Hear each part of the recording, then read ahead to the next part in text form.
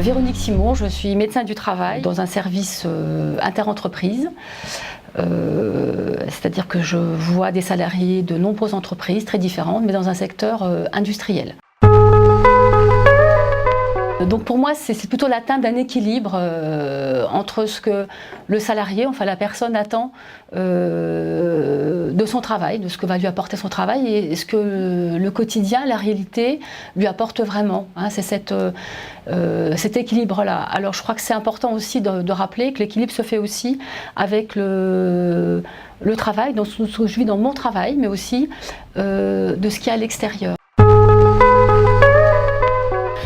Pour les salariés, avant tout, c'est quoi le bien-être? Alors ça surprend un peu, mais ils répondent quasiment à l'unanimité, c'est ne pas aller au travail à reculons, hein, ne pas aller au travail la boule au ventre, avoir des collègues sympas. Donc ça, c'est vraiment important.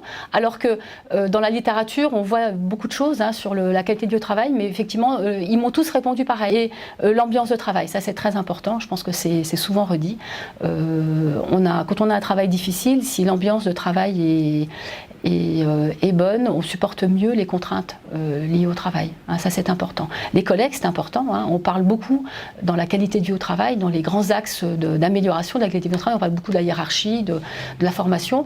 Et finalement, quand on a déjà une bonne ambiance entre collègues, quand on a un bon, ce qu'on appelle le soutien social, hein, il passe par la hiérarchie, mais il passe aussi par les collègues. Quand il y a un bon soutien par les collègues, eh bien on supporte mieux les contraintes. On a la mission de connaître, hein, d'améliorer les conditions de travail. Donc on a un accès libre dans les entreprises et notre mission c'est d'aller voir comment les gens travaillent. Hein, moi mon travail c'est de connaître le travail des autres, je le dis souvent. Donc en général on connaît un peu effectivement les conditions, mais on leur pose la question. On leur pose la question, est-ce que vous êtes satisfait de votre travail? Il est clair qu'il y a une dizaine d'années, on parlait moins de bien-être. On commençait à parler de stress, de harcèlement, c'était une quinzaine d'années même. Effectivement nous on découvrait un peu en tant que médecin du travail, c'était des tableaux cliniques qu'on ne connaissait pas bien, on était plutôt dans le diagnostic, hein, le stress, les choses comme...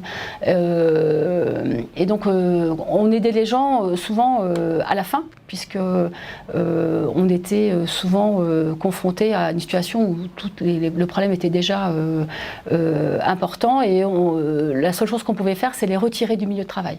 C'est-à-dire effectivement, quand la souffrance est trop importante, vous n'avez pas le choix, il faut les retirer du milieu de travail. Aujourd'hui, je dirais que si je suis amenée à demander à un de mes confrères du milieu de soins d'arrêter quelqu'un ou de retirer quelqu'un du milieu de travail, pour moi c'est un échec.